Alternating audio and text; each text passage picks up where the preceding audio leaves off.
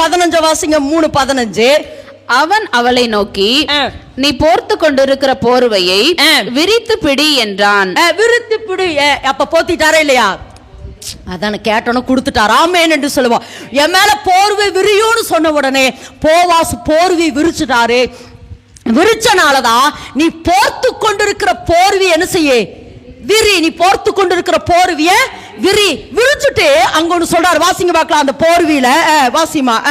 அவள் அதை பிடித்த போது அவன் அதிலே 6 படி வார்கோதுமையை அளந்து போட்டு போது. இந்த இடத்துல 6 படி எப்படியாமா அதான் சொல்ற பத்தி நிறைய ரகசியம் இருக்குது. ஒரு 3 முறை வாஸ்தாப்பா பயங்கரமான எழுப்புதலின் சத்தியம், மணவாளன் மணவாட்டிக்குரிய நிறைய சத்தியம். அதுல எனக்கு ரொம்ப இது பிடிச்சிச்சனால இதை மட்டும் கொஞ்சம் எடுத்துட்டேன். 6 படிங்கிறார். எத்தனை படி? 6 படி. எங்க ஒரு 5 படி போட்டிருக்கூடாது. இவர் நல்ல விளைச்சல் உள்ள மனுஷன் தானே, 15 படி போட்டிருக்கலாம்ல. அது எங்க 6 படி?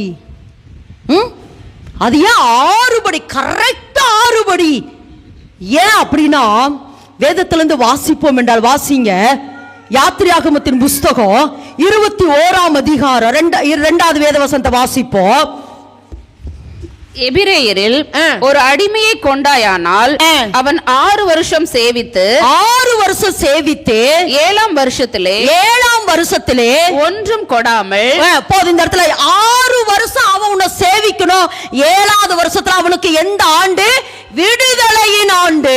எந்த ஆண்டாமா?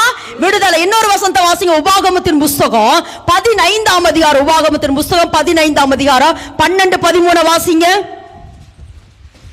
உன் சகோதரனாகிய எபிரேய புருஷனாகிலும் எபிரேய ஸ்திரீயாகிலும் உனக்கு விலைப்பட்டால் 6 வருஷம் வேண்டும். 7ஆம் வருஷத்தில் விடுதலை பண்ணி அனுப்பி விடுவாயாக.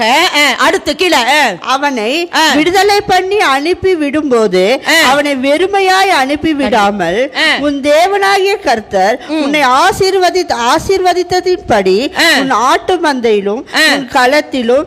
இந்த இடத்துல வாசிக்கிறோம். என்ன சொல்றாருன்னா 6 வருஷம் ஒருவன் உங்ககிட்ட எப்படி இருக்கணும்? அடிமையா இருக்கணும். அதாவது 6 வருஷம் அவங்கிட்ட சிறப்பட்டு கிடக்கணும். எத்தனை வருஷம் சிறப்பட்டு கிடக்கணும்? 6 வருஷம். 6 வருஷத்துக்கு அப்புறம் நீ அவனை எப்படி பண்ணக்கூடாது? சிறை இருப்புக்குள்ள வைக்க கூடாது. 7வது வருஷம் நீ அவனை விடுதலை பண்ணியே ஆகணும். ஆமென் என்று சொல்லலாமா? பக்கத்துல கருத்தை பிடி சொல்லுங்க. இதோட உங்களுக்கு 6 வருஷம் முடிஞ்சிருச்சுங்க. ஆமா முடிஞ்சிருச்சு. 6 வருஷம் உங்களுக்கு முடிஞ்சிருச்சு. இனி உங்களுக்கு 7வது வருஷம். எல்லாரும் ஆமென் என்று சொல்லாம இது உங்களுக்கு 7ஆம் ஆண்டு. 6 வருஷம் நீ அவனை அடிமைப்படுத்திக்கோ. இன்னொன்னு சொல்லாம என்ன சொல்லனா?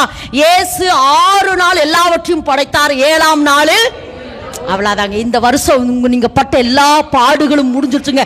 இனி ஓய்ந்திருக்கிற வருஷம், இளைப்பாறுகிற வருஷம், கவலைப்பட்டு துக்கப்பட்டு இல்ல